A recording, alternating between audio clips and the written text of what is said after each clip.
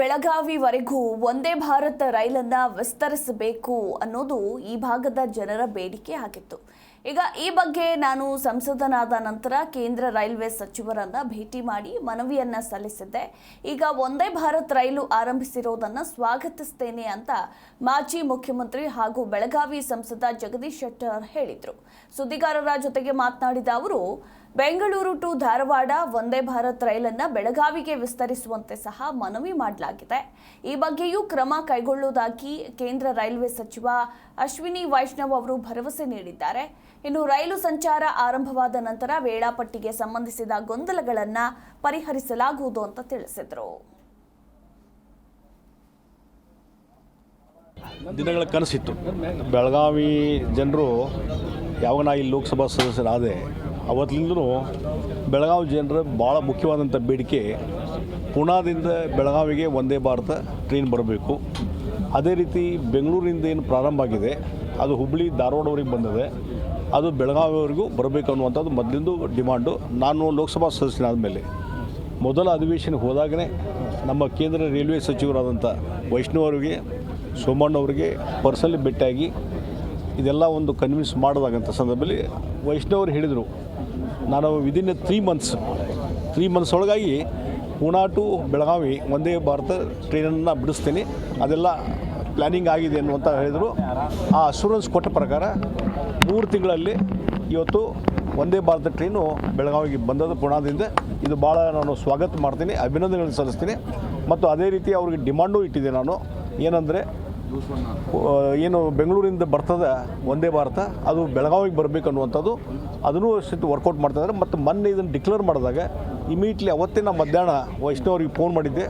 Phone ಮುಖಾಂತರ ಮಾತನಾಡಿ, ನೀವು ಒಂದು ಡಿಮಾಂಡ್ ಫುಲ್ಫಿಲ್ ಮಾಡಿದ್ರೆ ನಿಮಗೆ ಥ್ಯಾಂಕ್ಸು, ಮತ್ತು ಧಾರವಾಡದಿಂದ ಬೆಳಗಾವಿವರೆಗೂ ಬೆಂಗಳೂರು ಟ್ರೈನ್ ಬರಬೇಕು ಅನ್ನುವಂಥದ್ದು ಏನು ಹೇಳಿದೆ, ಅವ್ರು ಡೆಫಿನೆಟ್ಲಿ ಅದನ್ನು ಮಾಡಿಸ್ಕೊಡ್ತೀನಿ, ವರ್ಕೌಟ್ ಮಾಡ್ತೀನಿ ಅನ್ನುವಂಥ ಮಾತನ್ನು ಅವ್ರು ಹೇಳಿದರು. ಆ ಹಿನ್ನೆಲೆಯಲ್ಲಿ ನಾಳಿಂದ ನಾನು ದಿಲ್ಲಿಗೆ ಹೋಗ್ತಾ ಇದ್ದೀನಿ. ವೈಷ್ಣವ್ರಿಗೂ ಅಪಾಯಿಂಟ್ಮೆಂಟ್ ಕೇಳಿದ್ದೀನಿ, ಮತ್ತು ಸೋಮಣ್ಣವರು ಇರ್ತಾರೆ, ಅವರು ನಾಳೆ ಸಾಯಂಕಾಲವರೆಗೆ ದಿಲ್ಲಿಗೆ ಬರ್ತಾರೆ.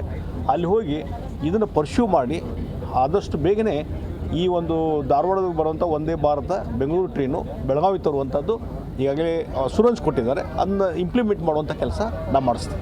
ಇವತ್ತು ಚಾಲೂ ಆಗಿ ಮಾಡಿದ್ದಾರೆ. ಇದನ್ನೇ ಮಾಡಿದ ಮೇಲೆ ಇದನ್ನೇ ಶಾರ್ಟ್ ಪೀರಿಯಡ್ ಕೆಲವೇ ದಿವಸಗಳಲ್ಲಿ ಅದನ್ನು ಇಲ್ಲಿಗೆ ಎಕ್ಸ್ಟೆಂಡ್ ಮಾಡ್ತಾರೆ. ಟೈಮಿಂಗ್ ಸ್ವಲ್ಪ ನೋಡಿರಿ, ಒಂದು ನಾನು ಹೇಳ್ತೀನಿ, ಈ ಟೈಮಿಂಗ್ ನಂತರ ಮಾಡೋಣ, ಮೊದಲು ಟ್ರೈನ್ ಸ್ಟಾರ್ಟ್ ಆಗಲಿ.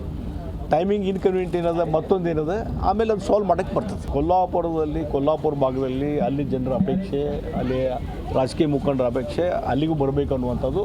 ಅಲ್ಲಿಂದ ಅದು ಓಡಾಟ ಮಾಡೋದಾದರೆ ಒಂದು 3 ತಾಸು ಹೆಚ್ಚು ಕಡಿಮೆ ಆಕಿತ್ತು. ಅದಕ್ಕಾಗಿ ಈಗ 3 ದಿವಸ ಇಲ್ಲಿ ಮಾಡಿದ್ದಾರೆ, 3 ದಿವಸ ಕೊಲ್ಲಾಪುರಕ್ಕೂ ಮಾಡಿದ್ದಾರೆ. ಆ ಹಿನ್ನೆಲೆಯಲ್ಲಿ ಇದು ಸ್ವಲ್ಪ ದಿವಸದ ಮಟ್ಟಿಗೆ ಇದು ಇನ್ಕನ್ವೀನಿಯಂಟ್ ಆಗ್ತದೆ. ನನಗೆ ವಿಶ್ವಾಸದ ವಿದಿನ್ ಶಾರ್ಟ್ ಪೀರಿಯಡ್, ಇನ್ನೊಂದು ತಿಂಗಳು 2 ತಿಂಗಳಲ್ಲಿ ಅದು ರೆಗ್ಯುಲರ್ ಆಗಿ ಇಡೀ ಒಂದು ವಾರ ಪ್ರತಿ ದಿವಸ ಇವತ್ತು ಈ ಟ್ರೈನು ಪುಣಾದಿಂದ ಹುಬ್ಬಳ್ಳಿವರೆಗೆ ಹೋಗ್ತದೆ. ಈಗ ಈ ಭಾಗದಲ್ಲಿ ಭಾಳ ದಿನಗಳ ಕನಸಿತ್ತು.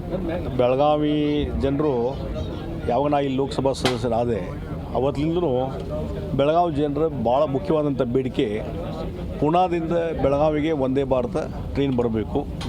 ಅದೇ ರೀತಿ ಜಿ ಕನ್ನಡ ನ್ಯೂಸ್ ಈಗ ನಿಮ್ಮ ಮನೆಯಲ್ಲೇ ನೋಡಿ, ಎಲ್ಲ ಕೇಬಲ್ಗಳಲ್ಲಿ ಈಗ ಲಭ್ಯ.